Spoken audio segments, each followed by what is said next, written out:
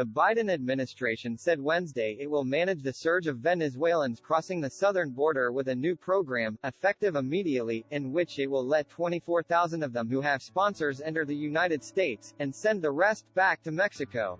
The administration will also use the Trump-era rule known as Title 42, a COVID ban it has been trying to end in court, to send Venezuelans back across the border.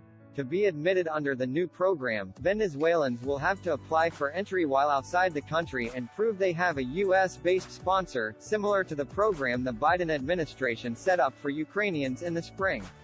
The 24,000 accepted will have temporary humanitarian parole and authorization to work in the U.S. These actions make clear that there is a lawful and orderly way for Venezuelans to enter the United States, and lawful entry is the only way, Homeland Security Secretary Alejandro Mayorkas said in a statement. Those who attempt to cross the southern border of the United States illegally will be returned to Mexico and will be ineligible for this process in the future. Those who follow the lawful process will have the opportunity to travel safely to the United States and become eligible to work here. Immigration advocates say the new program will leave the majority of Venezuelans seeking asylum in the U.S. living in dangerous conditions in camps and shelters in northern Mexico. They say it will also greatly expand a Trump-era policy the Biden administration said in court it wanted to end. Title 42, the public health authority used since the beginning of the COVID pandemic to push migrants back into Mexico without allowing them to claim asylum, will now be expanded to include Venezuelans under a new deal reached between the U.S. and Mexico. The result could mean thousands of Venezuelans living without the ability to work or find housing in dangerous cities like Juarez, Mexico. Mexico had previously refused to accept Venezuelans who were expelled from the U.S., mainly because their home country does not accept them back. Venezuelans were instead screened and released inside the U.S. while waiting for their cases to be heard in immigration court. The more than 100,000 Venezuelans already in the U.S. will be allowed to stay and continue to seek asylum.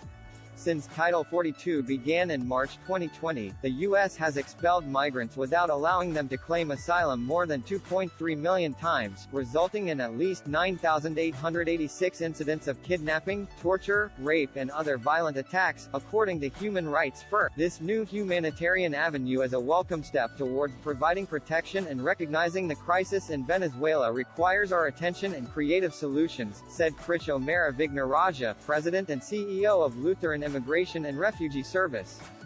Far more troubling is the expansion of Title 42 expulsions that will now apply to Venezuelans attempting to assert their legal right to seek asylum. An estimated 6 million Venezuelans have fled their country amid food insecurity and political instability, and the number of those crossing the U.S. border has increased fourfold over the past year, according to the Department of Homeland Security.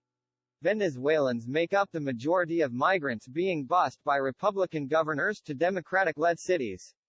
According to new data released by the United Nations on Wednesday, almost 75% of those who have fled do not have enough food, shelter, employment or medical care. This article was originally published on NBCnews.com.